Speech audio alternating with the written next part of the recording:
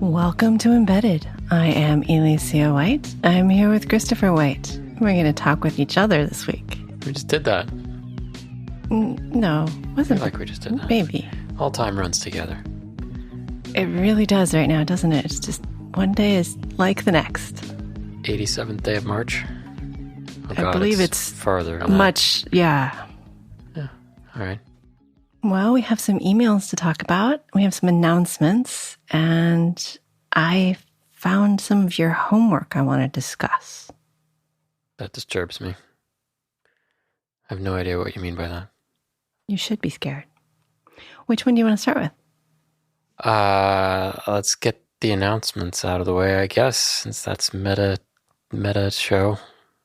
Well, the meta thing is about transcripts. Transcripts.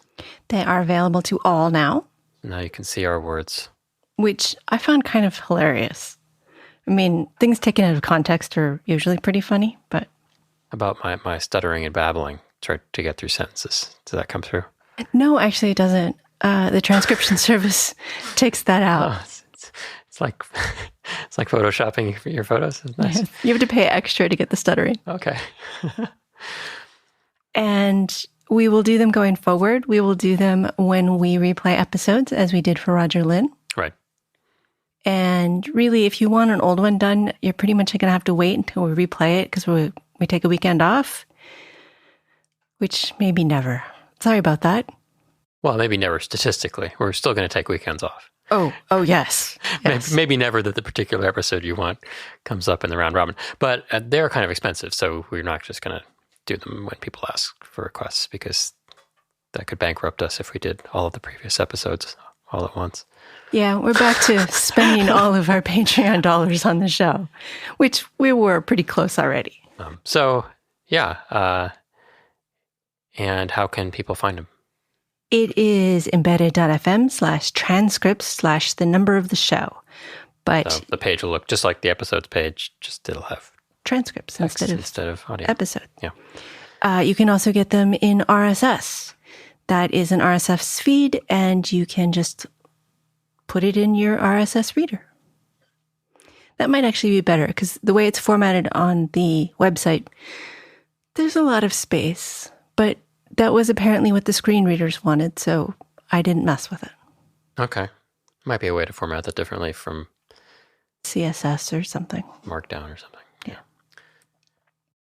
But yeah, let us know if they're, if you like them, let us know.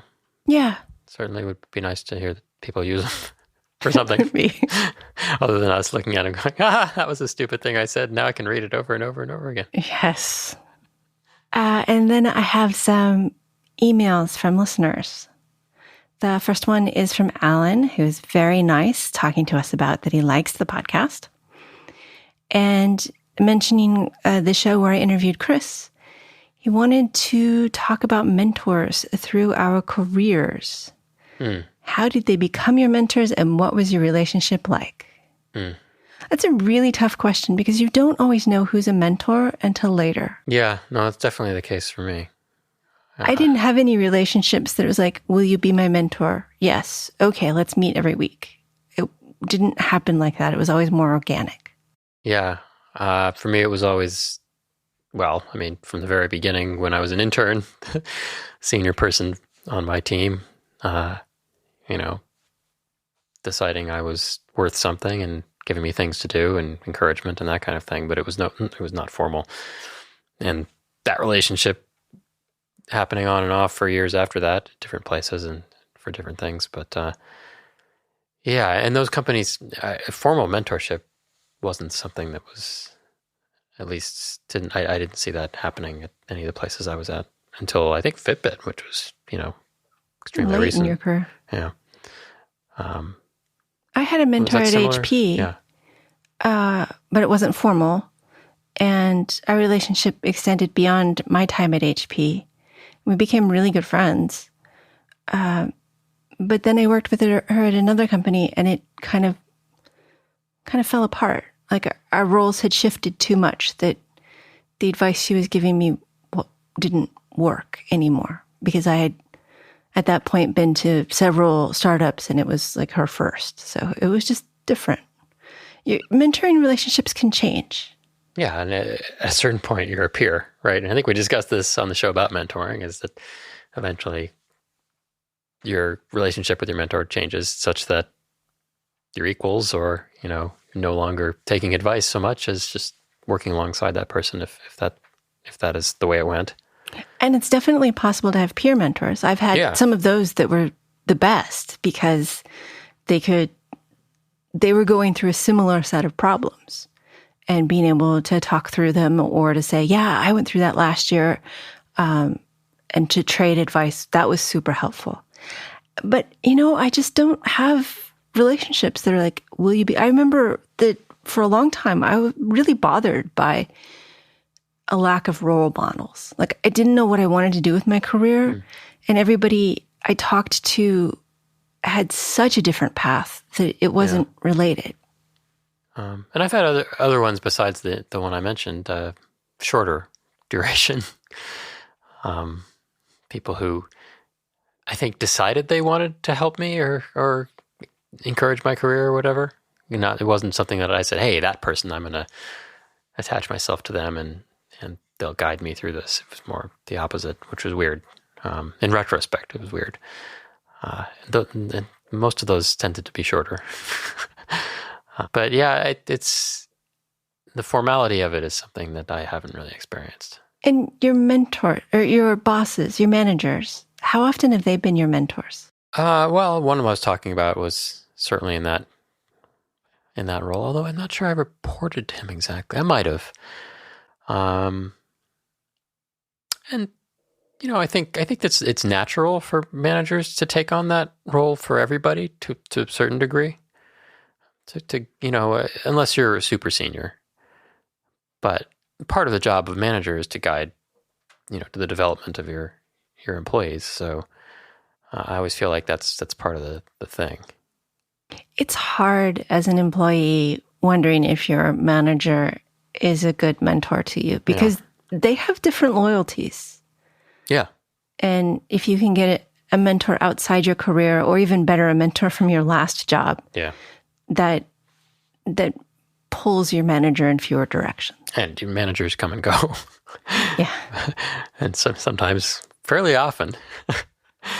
And as you get more senior, that gets a little weirder, because I've had many managers who are younger than me and less senior than me, because I decided a while ago I was not interested in continuing to be a manager and to do any sort of management things. So, kind of got more senior in the senior developer, principal engineer, that kind of title space. And that puts you sort of as a peer to your manager, which is a weird relationship to be in, because, you think of manager canonically as the person who tells you what to do, right? And guides everything. But once you've been doing this a while, if you're not a manager and you're still a developer, it's more of I'm on this team, but I'm also helping technically guide it. And, the manager discussion is more about, so how's the team going? What else? It's more of a bidirectional thing. I mean, that's part of being a senior engineer. Yeah. Is moving from being told what to do to figuring out what needs to get done and how to best do it. And spying on the rest of the team for the manager.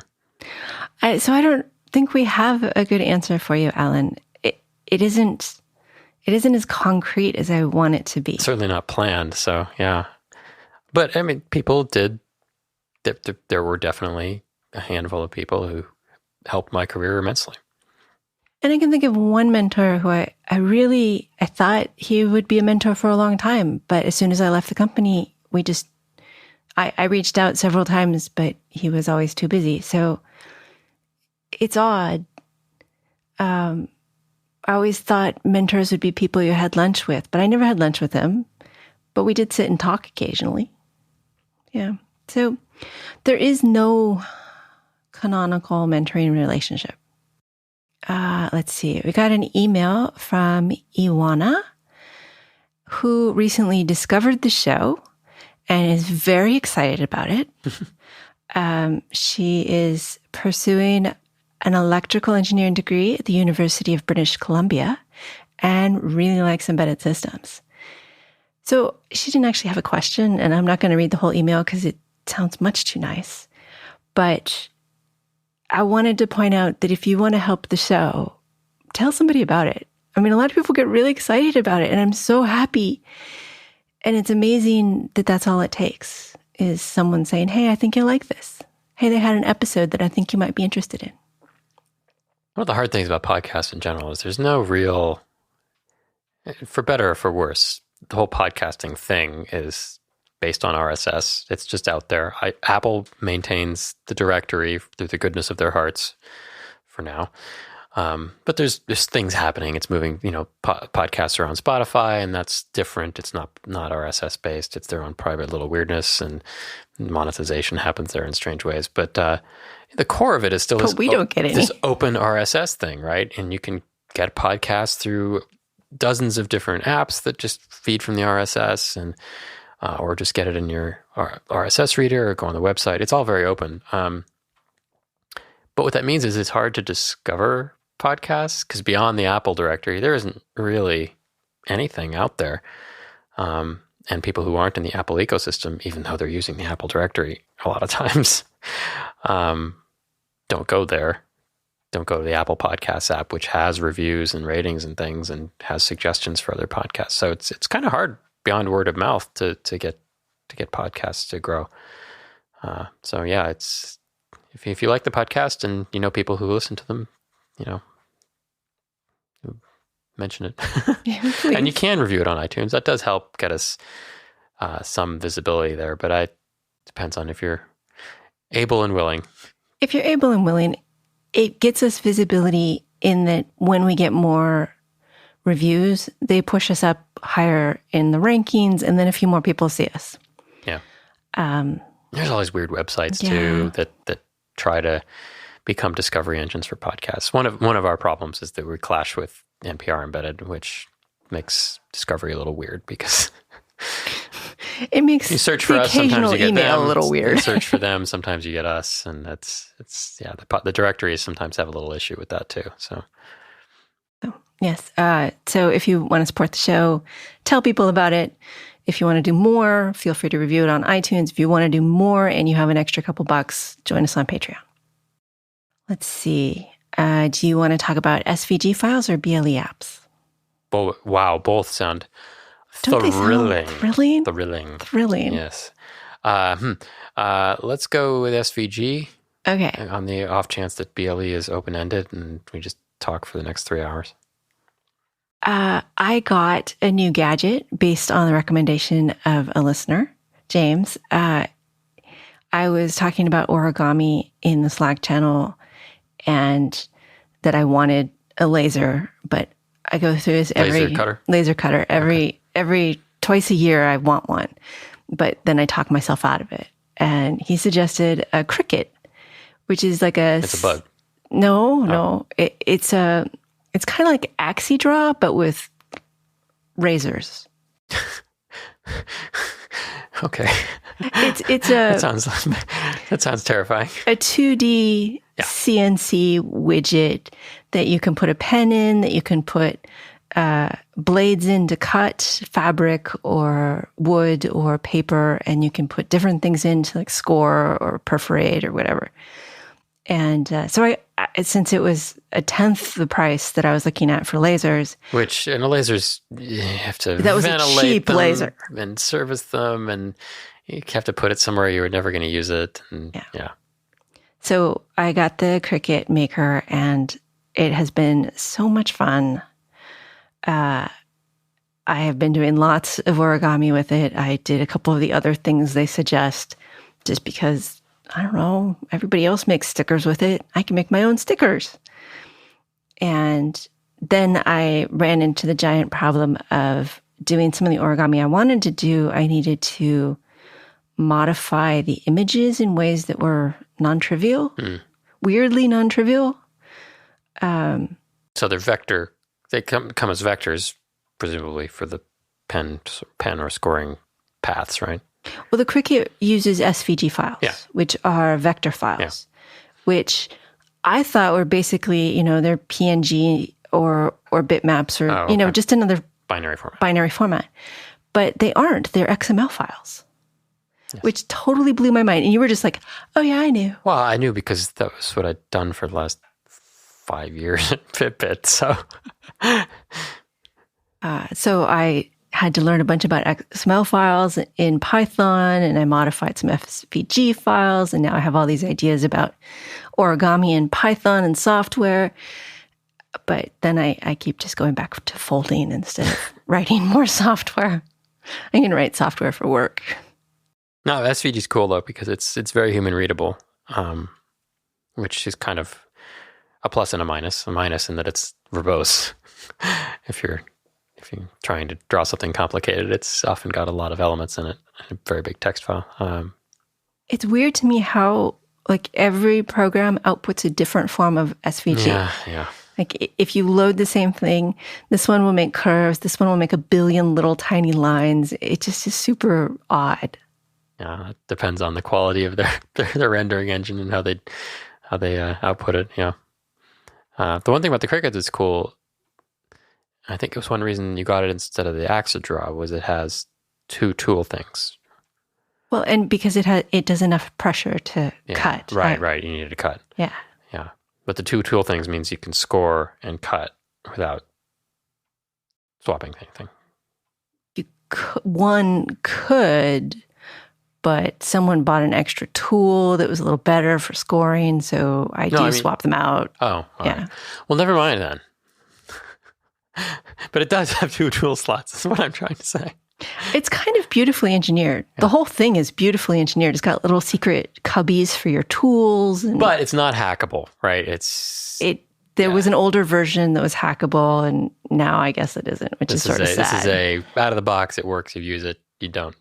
SVG files, if you want to hack something, you're hacking the SVG files. Yeah. But it's not G-code, it's not, you're not plugging this into, you have to use their app and stuff. Yeah. So pluses and minuses. It does have a BLE interface. So part of me is tempted to go ahead and sniff it and look and see. But after I finish the origami software, after I finish all the folds I want to fold. Let's see. Let's go with another email. This one's pretty complicated. Okay. I don't know what that means. It means it's going to take me a little while to explain it. Oh, okay. Carl from NJ, which may be New Jersey. I think it's probably New Jersey. Has heard from more than one person, probably something I said might have related to this, the opinion that Arduino development environment holds coders back from doing advanced coding. Here we go. Carl would like to draw our attention to a code base called GRBL, Gribble. I'm going to go with Gerbil. I think you're right, Gerbil. Okay, we'll go with Gerbil. Carl hasn't examined the code, but it's the most advanced use of AVR, the Atmel chip, that anyone can do. And it includes USB communication, a G-code interpreter, and DMA to control the hardware with timing accuracy. I assume this is for like... it sounds like it's for 3D printers 3D and stuff. Printer, yeah. Uh-huh. And Carl asks, doesn't this show that the Arduino environment, while lowering the bar to entry-level programming, allows a good programmer to do some pretty sophisticated programming? Nobody said you couldn't do... They're all... Look, Turing. These are all computers. And given enough time and effort, you can do anything with them. The question is that the right tool for the right job all the time? And that's where sometimes I think Arduino is being stretched past where it should be used. Arduino doesn't make it impossible to do complex things. Not at all. It hides complexity at some levels that I think are important if you want to have optimum use of your hardware. And so, and that can be super. A lot of people don't want that complexity. I like the Cricut machine because I don't want the complexity. Exactly. I want to just, SVGs are as complex as I want to get right now. I bought a DVR because I got sick of Linux and Myth TV. That's at a certain point, you just want things. There's a balance, right? You can either buy something that works. If you're a maker type, you can make something that works. And if you want to make something that works quickly and easily, Arduino is a great idea. And if you want to make it from component atoms, that's a different idea. And I think we've discussed this before. That I mean, most of our anti-Arduino stuff is more about products. Yes, I don't think you should be using it for production work. I don't think you should be using Arduino in your product because A, it is very expensive for what it is. The processor is. And B, it is LGPL licensed. And if you don't know what that means, that's kind of bad because that means the license isn't bad. The lack of knowledge is bad. The lack of knowledge is bad. Yeah. What it means at a very high level, the way I read it, which I am not a lawyer, but I did try to research this, it means that you should be releasing your object files. Yes, that's correct. When you are releasing your product. The requirement is that end users be allowed to relink your code against different versions of the library you are using, the Arduino code. Yeah. And there are two problems with that. One, good luck finding them. That was quite the adventure I had, and it recompiles them to a new location each time, so have a ball. And two, nobody does that, but that still doesn't make it right. You're having a copyright violation in your product. What does that leave you open to? It's a license violation, not a copyright violation. I mean, it's a copyright violation. LGPL is a copyright. Well, maybe there's no distinction, but I feel like there's a distinction there. It puts you in a gray area that I don't appreciate. Yeah, no, it's an additional complication. It's if you're doing something that you're likely to be exposed to that. Yeah. Which is if you're selling something or putting something out there publicly. I mean, and he says AVR, and that's yes, definitely you can do complicated things with AVRs. You don't need Arduino to do complicated things with AVRs either. They were microcontrollers before Arduino existed. But Arduino has expanded to cover all sorts of processes. I mean, you can put it on I'm waiting to use my 600 megahertz teensy, right? Yeah. Okay, now what, right? You can do anything you want with that. At a certain point, it becomes a question like, well, do I use Arduino on a micro? Do I use MicroPython on a micro? Do I use embedded JavaScript on a micro? Please don't do that. Do you use, there's a whole bunch of other high-level, easy, I'm making air quote, easy options. And they all have the same kind of calculus about whether you should be using them to me. It's like, okay, what are you losing? What are you gaining by using this, and what are you losing? And usually what you're gaining is speed of development and ease of understanding, and what you're losing is scalability and proper use of resources and being able to turn it into a product later on, that kind of stuff. And sometimes you're losing robustness because you're building on somebody else's thing. Yeah, of completely unknown quality. Although we all do that. Yeah, now it's true. It's hard to really build it up from But nothing. It's easier to yell at, Nordic than the Arduino conglomerate and say, hey, this library doesn't work. And then Nordic can ignore you professionally. Yes. Instead of, then I'm not really trying to bag on Nordic. I'm just picking an example out of thin air. So, Carl, yes, Arduino development environment is great for what it is. When you want to go beyond printf debugging, there are other options. And if you've got, additional complexities, like it's probably pretty darn hard to get USB and, well, I don't know. I think Mbed, once you've got a has all bunch that. of interrupt-driven stuff and you're doing things asynchronously, I do not think Arduino, but maybe I have a misconception there. I mean, you're depending on how well the libraries work together. Yeah. And if there's a code base that is all working together, then sure, they've done it for you. Sure. Yeah. Okay, so moving along, let's see. Oh, I have this note about debugging this week. I started thinking about how I was debugging because I was making no progress on the actual, what is the cause of this bug? And this was a multi-week debug, by the way. It was really hard. And instead, I spent so much time trying to make the bug happen faster and faster and faster. Part of that was just the reproducibility problem. Part of it was just being extremely bored waiting for it to happen. And I know that that's a technique people forget about. I mean, we were like, okay, isolate the bug for reproducibility. But there's an aspect to isolate the bug or iterate the bug faster so you can find what changes matter. Yeah, you got to flesh it out. It's one of these things that my brain, like, lately, if I don't finish something pretty quickly, I lose all of the state information in my head. And then I end up repeating a test, and then that irritates me. I mean, I have my notebook. I'm really good about using it. And yet still, I'll read yesterday's, and I'm like, oh, these are the same tests I ran this morning. My brain fog is such a thing. Finding ways to get a problem to happen often is, especially with things like memory corruptions, like there's been bugs like that I've fought for months on because they only happened once a week, or I could get them to do something once a day. But if you don't have all the instrumentation set up just right to catch what you're trying to catch, well, maybe that iteration was wasted. And then you got to wait for the next one to come around after you're changing what you're looking at. Yes. Or you were wrong. Oh, I'm going to look at this memory error because I think this is what's happening. You're looking at the wrong one. So now you got to figure out what the next one is, but then you still got to wait a day to reproduce it. And then you instrument the crap out of it. And it goes away. And it goes away. Yes, exactly. Quantum mechanics.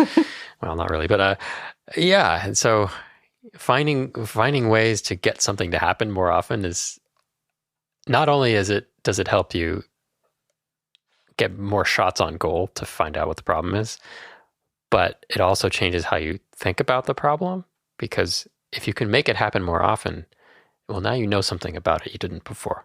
Yeah. Yeah. So, let's see. Oh, that's it. So it's going to be a short show. Well, actually, it was a very long show because we started earlier and then had recording difficulties, which are not Christopher's fault. They are the dog's fault. I thought we were going to talk about some other stuff. Oh, yes, your homework. And BLE. Oh, do you want to talk about your homework or BLE? I mean, we're at like 25 minutes. I know. Let's do whatever you wanted with that. So your homework. Tell me about this. It's not really homework. It's a thing to look at. I've been having some trouble with motivation since about 1991. Particularly since March. It's gotten harder since March, but yes. So I'm having trouble getting started at work, staying focused in things, and talking to the therapist I work with. She mentioned some stuff about ADHD. I do not have ADHD, but experiencing ADHD-like things. So there's many reasons I don't have ADHD. Believe me, I've looked it up. But she gave me this handout on how to kind of change environments and things when it's difficult to start tasks and stay on tasks and things like that. And you're holding it, and I don't have it in front of me, so I don't know what it says. Well, and you printed it out really small. I did not do that intentionally. It just came out that way because it's a table and it's very, very full. So this goes through different executive skills such as organization, flexibility, and golfing. Sorry. Time management, task initiation. And then it gives the definition of each and tells you some strategies for modifying the environment that you're working in, and then also modifying the task and how to solicit help, and then give some tech supports of applications that you could use. The part of the problem is I couldn't really bring the motivation to look at this yet. Yes. So that's why I don't know much about it. It's been sitting on the table for a few days. Okay, so task initiation. Let's start there. All right, let's start there. This is the ability to begin projects without undue procrastination in an efficient or timely manner.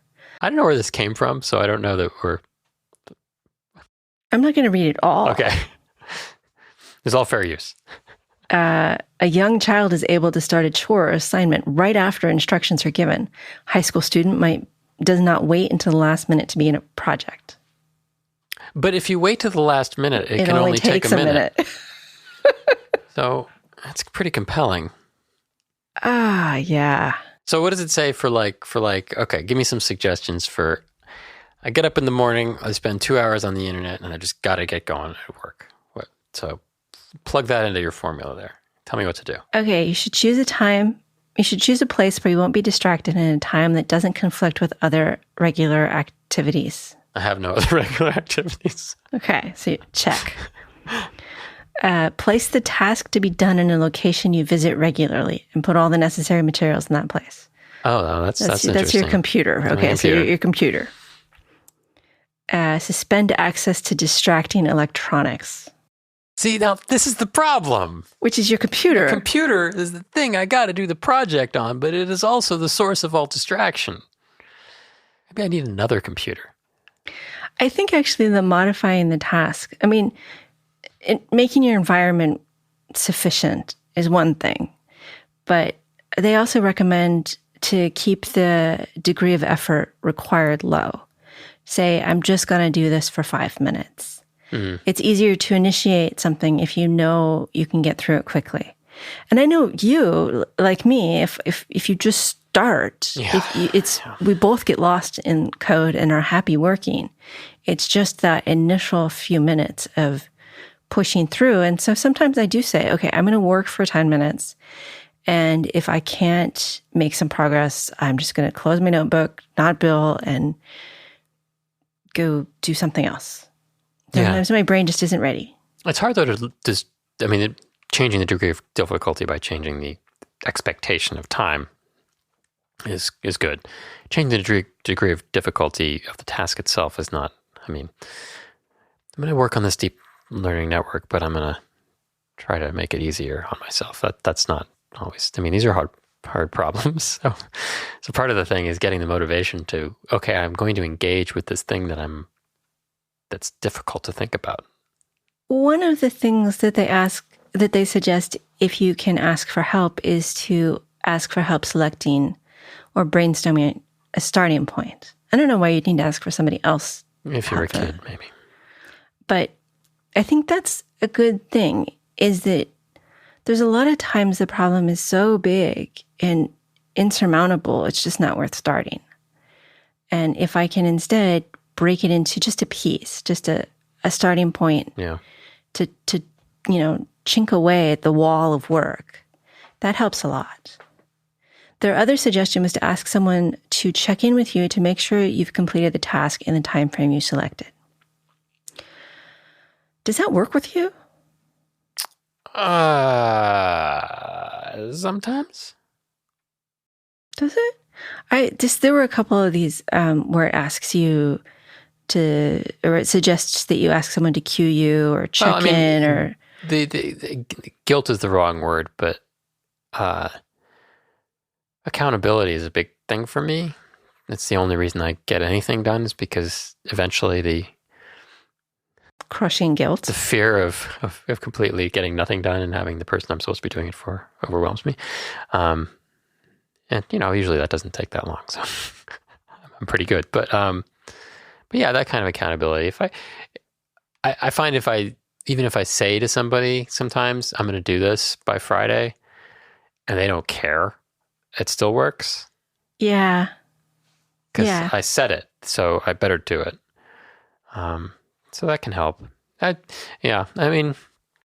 comes and goes too. It depends on how anxious I am, and and how compelling the stuff I have to work on is, and how urgent it is. It's a bunch of, it's a multi-dimensional problem, getting brains to do things.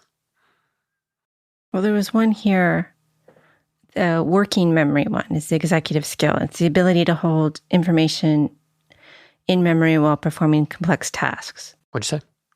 Exactly. That one's been really hard for me lately.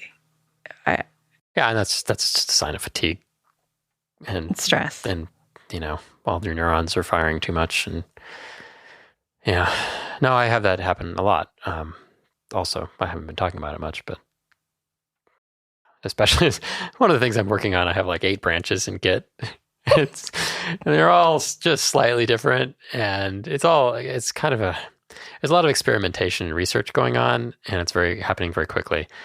On this project. And several people are working on various things, and it's research code, so there's some modularity problems that could be fixed, but everybody's going too fast, and it's not product code. But I just keep finding myself getting there in the morning and looking at my command line and going, what? Wait, this branch is this. And right now I'm trying to move some stuff from one of my branches to another one of those. And it's like, I've got comparison windows and I'm just getting lost. Yeah. And remembering what I'm doing that the next day or even 5 minutes later is... 5 minutes later. Right after you've compiled and run and it's failed and now you don't remember and you have to start all over. Yeah. That's what I'm finding. I think if you did a graph of the most commonly used command line commands in the shell. History. You got it. Right. For the last few months, I've been typing history grep probably 170 times a day. It's a lot. I mean, one of the things they suggest is to keep a checklist using whatever system you work with. And that helps me a lot as long as I do it, as long as I actually write it down and don't forget to do that. As an example of how scatterbrained I am, I was keeping track of possible episode titles in the channel on our Slack that starts with P, which is politics. And no, you're supposed to put it into podcast. Really? It's supposed to. I don't subscribe to the politics one. You think that's the wrong channel? Is anybody arguing with you on that one? No, I just deleted them, and now I've forgotten what the second one was that I had. So, oh well. I mean, sometimes I'm fine, but sometimes this is exactly the sort of thing. Oh, what made me pick up the paper to talk about it on the show was when you started to read about sustained attention. And you said the capacity to maintain attention to a situation or task in spite of distractibility. And then you turned away. And that's like not even the end of the sentence. You just turned away and went back to Twitter or Slack or something. And I'm like, do you see the irony? Look, I told you I had a problem. I suggest removing as many distractions as possible, so I've destroyed your iPad. I'll just order a new one. No, I didn't. And it suggests music can maybe help with that. Yeah, and that's true for me. Unless it's new music. Yes, and then you get distracted with that. And lately, if I've been practicing a lot of music, that doesn't work for me because my brain just attaches to whatever instrument I'm thinking about at the moment and whatever song. Yeah. They also say keep the degree of effort low by breaking it into smaller segments and to switch between multiple tasks, spending a short period on each instead of trying to do all of them at once. Oh, okay. Rotating them instead of parallel. So they're endorsing scatterbrain behavior. Well, they're endorsing focusing on one thing. At least for a little while. Okay, and then they have the other one that I just don't understand. Tell someone else your plan and ask them to check in with you at a specific time. I know that works for you. And even, I mean, they suggest interval minder. You're just saying that because if I told you to check in on me, you'd forget. Well, there is that.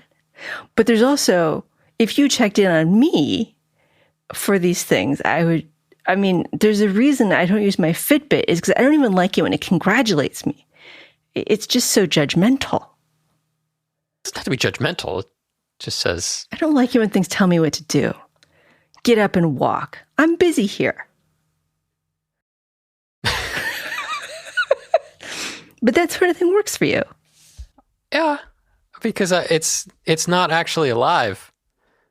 I mean, if a person does it, then you do have to run the risk of that turning into nagging if that sort of thing bothers you. But if I'm getting a reminder from one of the stupid robots in the house, then They're robots. I told them to do that. Yeah, and it still irritates me when they tell me. Except for the timers. I like the timers. Yeah, okay. Well, I will let you read the rest of this in peace. Yeah, I'll get right on it. Yeah, exactly. I think you know everything here. Well, it's nice, there's a lot of stuff like that where you know everything that somebody's going to tell you. But having it all written down so you can look at it and remind yourself is valuable. I mean, there's probably not much in therapy that I don't know, but repetition is super important for stuff like that because you have to have it on the tip of your brain when you're having a problem. This did have the nice, okay, if you're having this problem, here are some things you can do. Because when you're frustrated, you don't, in my experience, me personally, when I'm frustrated or anxious or having some sort of difficulty engaging the mental gears or getting them to shut up about something I don't want them to be engaged about, it's hard to bring the skills that you've got to bear without having them be kind of automatic. Yeah. So knowing that stuff or being able to look at something to get outside of your own brain. Because if I'm procrastinating, even though those things are in my brain and they're kind of floating around. They're whispering. They're whispering in the shouting of, well, just 5 more minutes of whatever brainless activity I was doing. That'll be fine. But if you have something that you can grab and say, I need to get out of the situation, when you read it, that's an outside voice. So that makes sense. I think that's why the reminders things work or having somebody check on you works because it's an outside voice. And my problem is that I try to remove so many distractions that sometimes when I actually get into flow, that nothing gets me out. I missed a meeting with one of my mentoring people, and I felt so bad because I had no excuse. I mean, I got the Google alert. My phone got the little pop-up, except my phone was in the other room because I didn't want it to bother me. I wasn't checking mail. And on one hand, it was really nice because I didn't get a lot of work done. On the other hand, I should show up to meetings when I agree to be there. So, yeah. Anyway, if you're still listening, it's not you. Or it may be you, but you're not alone. Or you may be alone. Actually, you probably are alone. What? Well, I mean, probably alone because we're not in groups anymore. Oh, I see. Sorry, it wasn't like you're alone and sad and pathetic. I didn't mean it that way. I really, really didn't mean that way. Okay. Okay. You did do a BLE app. Yeah, and I don't know what context to talk about this in. It could be a whole show if people were kind of interested. But so, I mean, one of the things for embedded is that a lot of things are Bluetooth, right? Mm-hmm. And more things are Bluetooth. And it's fine to do the device side, but it doesn't really do anything without usually a mobile device. And so people need to write apps for that. And there's various ways to do it. And so I was wondering if walking through on the iOS side what that looked like would be interesting for a show. I don't think I can do it now because it's that's a longer thing. But this is a meta show again. Okay. Well, I mean, I bet people would be interested in doing that. I know there are lots of different ways to do it. There are some where you end up with an app on Android or iOS. The tools that I don't remember the name of.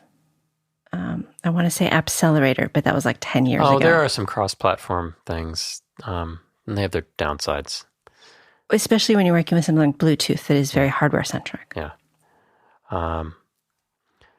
But yeah, it was, I've done iOS stuff in the past. I did it for Fitbit for a while. I wouldn't say I was great at it.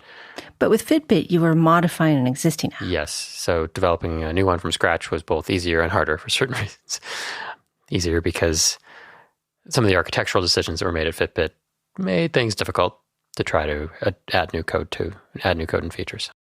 But, it's a different way of thinking about code too, versus embedded, and yet you're working on an embedded product. So that's just kind of interesting. I guess in some sense, it's a lot like working on a user interface for an embedded product. You're working at a higher level language than the people who are twiddling the bits. But it's probably something that it's not that hard to get something basic running. And I worked from some good resources. So it might be worth talking about at some point and just going through and laying out the pieces and what you'd need to learn if you wanted to build something that talked to your device. How long would it take me, who has never programmed in Xcode, to be able to do an app like you did? Like the Bluetooth one? Like the Bluetooth one you did. See, that's the hard part. So Apple does a good job of kind of getting you off the ground and making a little app really quickly. The Hello World. The Hello World, designing an interface, having it do stuff, simple stuff. The problem is there's a giant chasm between that and more complicated things like talking Drawing to the rest of the owl. Bluetooth device with asynchronous events happening. And so you really, really have to have a decent understanding. Xcode is just the IDE, but you have to have a decent understanding of Swift or C#, or not C#. Oh, Apple people, sorry. Objective-C, which is pretty much, I wouldn't recommend anybody start with Objective-C anymore. You may come across it when you're developing stuff for iOS because there's a lot of legacy code, and it's sort of unfortunate, but you kind of just need to be able to read what's there, modifying it maybe a little bit, but Swift is definitely different for people coming from embedded. So I had to do a course and go through a book, and there's still a lot I don't know about Swift. On the other hand, it's not as daunting as something like C++ or even C# or Java to me at this point, which have been around a lot longer, because it's new and it's sort of streamlined compared to all of those. It'll do all the things they'll do, but there's a lot more cohesive thought about the design of the language. So it wasn't just 30 years of accreting. Hey, there's that word again. Accreting features and trying to modernize what is a very old language. So it's pretty quick to learn if you're familiar with a few object-oriented concepts. And if you're a Rust person, it's very similar to Rust in a lot of ways. Oh my God. So yeah, if you're doing embedded on Rust and you're doing Bluetooth stuff, it's probably not that big a leap to start learning Swift. Some of the words are changed, which is kind of annoying to me as somebody who's looking at Rust. But conceptually and syntactically, it's very similar, minus a lot of the object-oriented stuff. So that's the big part that would take a while. The nice thing is Apple provides just a ton of, the frameworks you get with iOS, the libraries and stuff, it just does all sorts of stuff for you, like the Bluetooth stuff. It's complicated, but a lot of the complication is under the hood. And if you want to connect to a device and stuff, it's really straightforward. And it's all, a lot of it's callback based. So, oh, this device connected, I got a callback. This device updated a value, I get a callback, and I just update my variable. And some of the UI stuff is very nice and easy to deal with. But, there's a lot of stuff with mobile development that's a big pain in the butt, like signing apps and having a developer account and test flight for getting testing to other people. And yeah, you're right. This is a whole show. I mean, it's the tactical part of just getting started is interesting. Okay. So yeah, we'll have a whole show about that at some point. And if people have specific questions about that, send them in and I can think about them beforehand. Cool. And I'm not a super expert. No, sometimes the best time to teach something is when you're a beginner. I'm not a beginner. When you're just beyond beginner. I just took the training wheels off. I'm sticking a playing card in my spokes. I'm at that level. Good deal. All right. Well, that covers it. Do you have anything else you want to talk about? Any projects? I have a box of projects upstairs that I haven't started with. I have a ukulele kit. Been playing a lot of music. Been playing a lot of music. I got some music books, including a sight reading book for bass, which I'm 30 pages in, and it's still just the same D note. Over and over. That's what it means to play bass, right? It has a bunch of rhythm stuff in the first 30 pages, but I found that hilarious that I just opened it and it's like staff after staff of just D. Not all the Ds. I'm not learning different Ds on the fretboard. Just the one. What? So yes, it was pretty good. So, do you think there are bass players out there who've only gotten through the first 30 pages? A lot of guitar players and stringed instrument players in popular music can't read music. So yes, I can read music. I can read music for piano. I can read drum music. Reading for guitar is really hard. Because the notes go in random order. There's multiple places for things. And it's just, and the fretboard is just not logical. I mean, it is logical. There's obviously a linear relationship with the notes and stuff, but it's not. I was telling my brother today, we were talking about this, and he said, on a piano, you look at the thing, you see the black keys, those are the sharps and the flats, and the white keys are the natural notes. And, once you know all those, you know exactly where you are. And I said, yeah, on a piano, it's a thing that says you are here when you look at it. On a guitar, the guitar hands you a map and a compass. And the map is chopped up into little pieces that you have to put back together. So, is this what the show is about? I don't know what the show's about. I don't know why people listen, which is fine. I think they like to have beer with us, or coffee, or do chores. I mean, I guess a lot of people are probably folding clothes right now. All right. Well, let's close this up. Let's close this up. I didn't do that. You did that. All right. Well, thank you for listening. Thank you to Christopher for producing and co-hosting. Thank you to the dog for not coughing through the rest of the show. The rest of the show, yes. The first half an hour we tried to get going, though. And if you want to contact us, show at embedded.fm or hit the contact link on embedded.fm. There's also a Patreon. It's patreon.com/embedded, which you can also get to from the support page on our main page, which is embedded.fm. And now, some Winnie the Pooh. There was a small spinney of larch trees just here, and it seemed as if the two woozles, if that's what they were, had been going around the spinney. So round this spinney went Pooh and Piglet after them.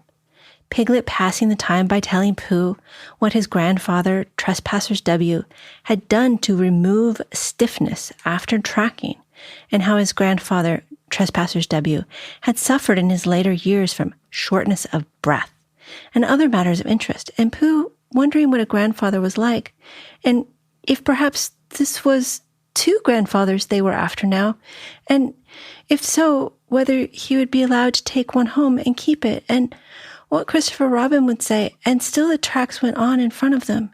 Suddenly Winnie the Pooh stopped and pointed excitedly in front of him and said, "Look!" "What?" said Piglet with a jump, and then to show he hadn't been frightened, he jumped up and down once or twice in an exercising sort of way. "The tracks," said Pooh. "A third animal has joined the other two." "Pooh!" cried Piglet. "Do you think it's another woozle?" "No," said Pooh, "because it makes different marks. It's either two woozles and one as it might be whizzle, or two as it might be whizzles and one, if it is so, woozle. Let us continue to follow them." Embedded is an independently produced radio show that focuses on the many aspects of engineering. It is a production of Logical Elegance, an embedded software consulting company in California. If there are advertisements in the show, we did not put them there and do not receive money from them. At this time, our sponsors are Logical Elegance and listeners like you.